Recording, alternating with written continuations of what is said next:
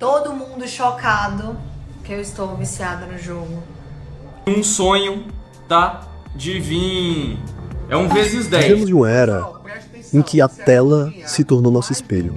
Nas redes sociais, o que a gente mostra sempre parece ter muito mais valor do que realmente tem. Se você parar bem para pensar de onde isso vem, eu acredito que isso seja oriundo do nosso ego, da importância que nós damos para como o outro encara a nossa vida.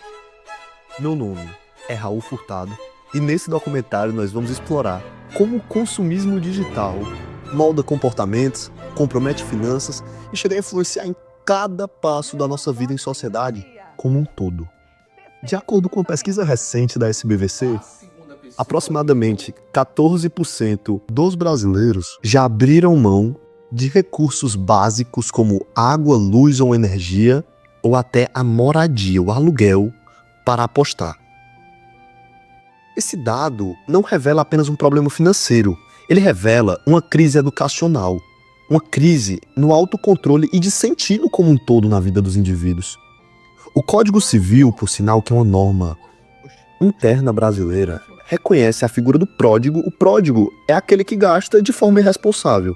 O Código Civil reconhece essa figura como relativamente incapaz.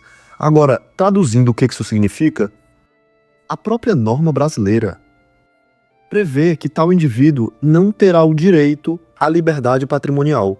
Não poderá comprar e vender bens livremente. Nesse caso, se faz necessária a presença de um representante. Ele perde o direito à autonomia para com seus próprios bens.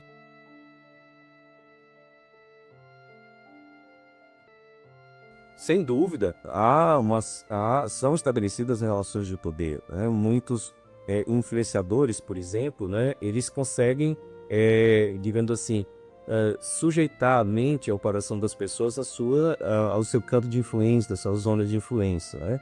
E isso acaba estabelecendo uma relação de poder. Você colocou em perspectiva essa questão do poder simbólico do consumo. Né? O consumo, o consumismo, né? O poder simbólico do consumo, o consumismo muitas vezes ele está associado, né, à ideia de uma visibilidade social, uma imagem de prestígio social, né, e que acaba influenciando muitas pessoas, né? Muitas pessoas acabam adotando aquilo como referência ou padrão de vida, né? E acaba aquilo dali passa a ser objeto de idealização. Mas de onde vem essa necessidade de consumir? Por que sentimos prazer em comprar e ansiedade quando a gente não pode? A sociologia explica que o consumismo contemporâneo ele nasce da mistura entre o desejo e imagem. As redes sociais, elas transformaram a vida cotidiana em uma vitrine, onde cada um se expõe, se compara e se vende como uma marca. O sociólogo Zygmunt Bauman, que é um sociólogo contemporâneo, no seu livro Vida para Consumo, diz: hoje não basta ter um produto, é necessário exibir o estilo de vida que ele representa. Quando você pega escritores como Byung-Chul Han, no livro A Sociedade do Cansaço, ele aponta outro efeito, a exaustão. Nós vivemos num ciclo de comparação constante, onde o excesso de estímulos e a cobrança por performance sempre acabam gerando uma fadiga psicológica bem profunda, por sinal.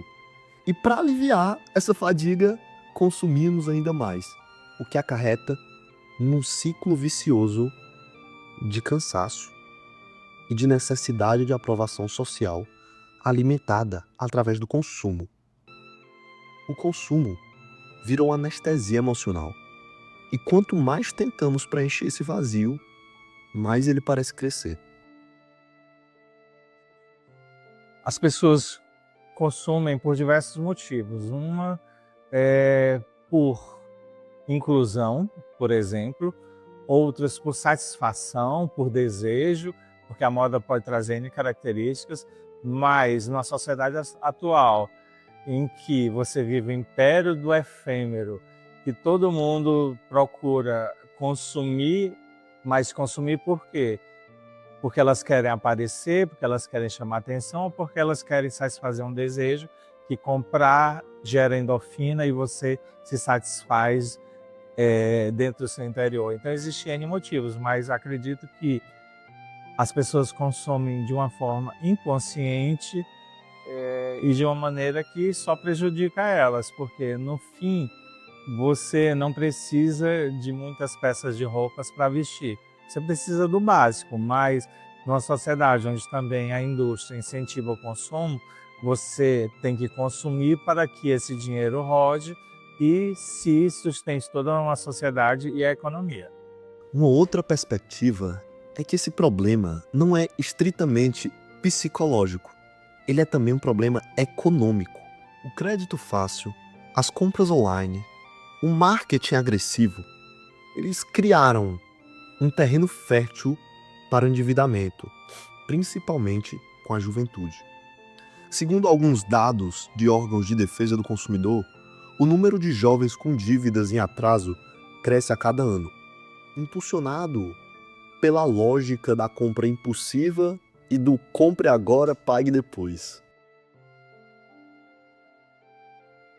O advogado tributarista Ivan Lúcio trará uma perspectiva muito interessante acerca das ferramentas que podem ser adotadas pelo Estado quanto à educação financeira. Nas escolas é possível utilizar a educação financeira de forma transversas nas diversas disciplinas, né? Na matemática pode-se utilizar os juros, né? Na geografia falar de consumo, na história falar das crises econômicas, enfim, é possível abordar-se a educação financeira de várias formas, né? Ou até mesmo criar uma disciplina, mesmo que temporária, né, sobre a educação financeira, em que fosse abordados temas como orçamento, como poupança, como investimento, saber diferenciar entre consumo e consumo por consumo, né? A necessidade, consumo por necessidade, consumo por desejo. Então, de fato, traria grandes benefícios às crianças e aos jovens essa educação financeira desde cedo nas escolas. O consumismo digital também traz desafios ao universo do direito. Afinal, vivemos em uma era cuja publicidade molda valores, comportamentos, cultura como um todo, né? O que antes era uma simples estratégia de marketing, hoje influencia decisões pessoais, emocionais e até políticas. O professor de Direito Constitucional, Marcos Vinícius, aponta que o consumo excessivo e a manipulação simbólica das redes ameaçam um princípio constitucional fundamental, a dignidade da pessoa humana. Quando o indivíduo é reduzido ao que consome, sua cidadania se fragiliza.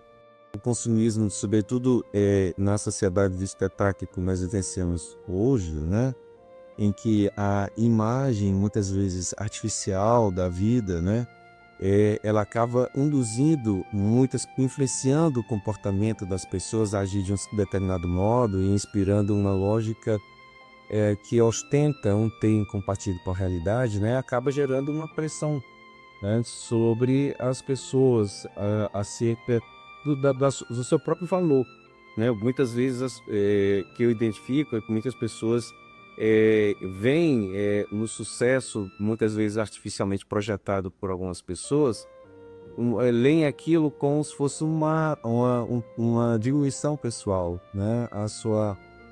O seu valor, né, acaba sendo de algum modo reprimido por uma eventual percepção de que você não está conseguindo obter os mesmos resultados sociais, né? O consumismo, não é? Ele não é apenas uma postura individual, mas é um movimento mesmo social, não é? Um movimento social que acaba gerando, né, pressões individuais, né? Erich Fromm, em Ter ou Ser, lembra que a sociedade moderna trocou o valor do ser pela obsessão de ter. As redes sociais, nesse contexto, não apenas refletem o consumo, elas o reinventam. A aprovação social nas redes sociais é expressa por ferramentas como um like, um comentário, um número de visualizações, o que virou uma moeda simbólica, enquanto o consumo é um passaporte para a aceitação social.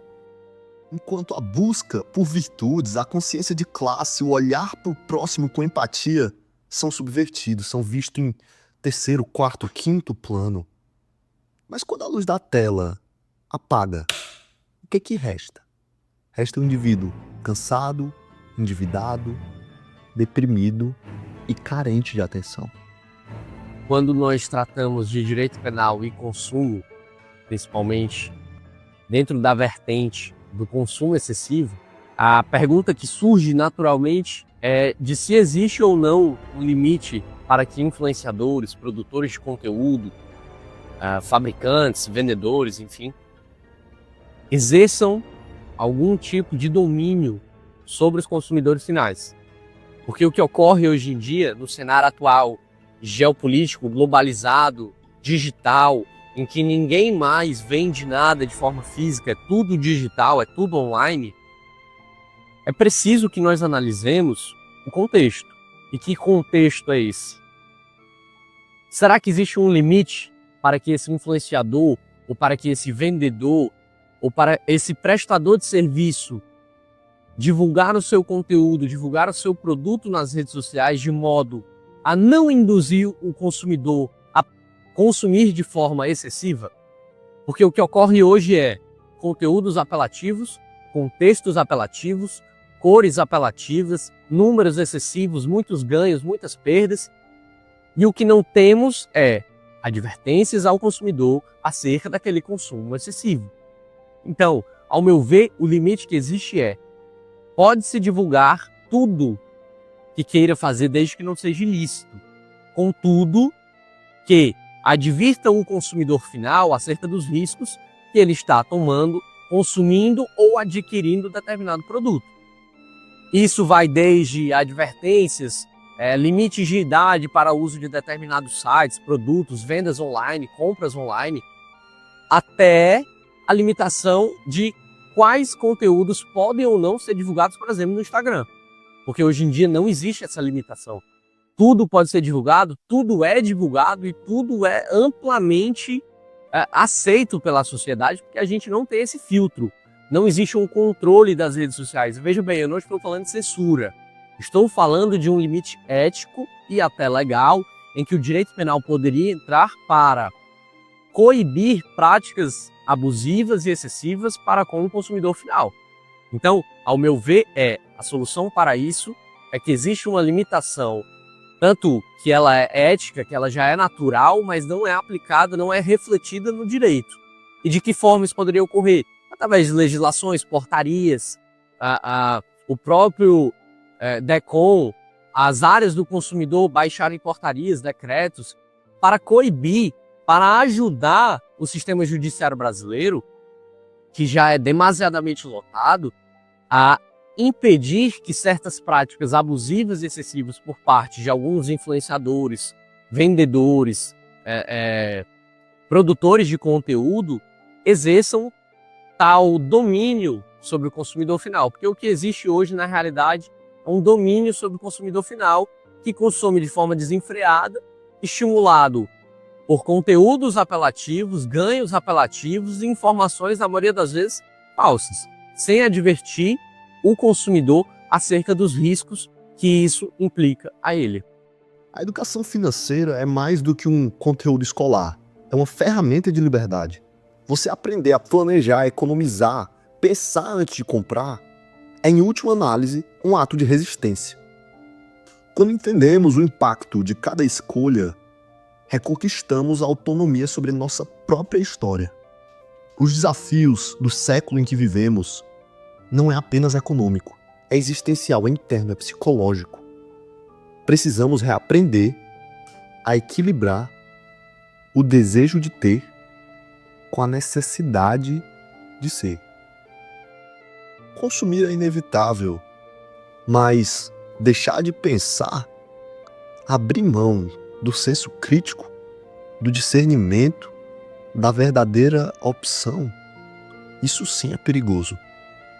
Quando você se permite ser manipulado pelas grandes mídias, pelo sistema, pelo marketing apelativo, você perde até a sensibilidade em perceber que não está sendo você mesmo. No fim, nós não somos o que compramos, não somos o valor do nosso carro, muito menos o tamanho da nossa casa. O consumo, ele pode até trazer um prazer momentâneo, mas nunca vai de fato preencher o seu ser. Nós somos o que pensamos, o que fizemos, mas também somos aquilo que deixamos para quem a gente ama. Cada escolha consciente, cada gesto de cuidado, cada vez que nós resistimos ao impulso de apenas ter, é uma resistência legítima à nossa autenticidade. A verdadeira riqueza não está nas posses, ela está no significado em que damos à vida. As marcas mudam, as modas se apagam, mas o que a gente faz pelo outro, nossas obras, o que aprendemos, nosso legado permanece. Entre o ter e o ser, que nós nunca se esqueçamos. O que define quem somos é o que deixamos no coração de quem permanece.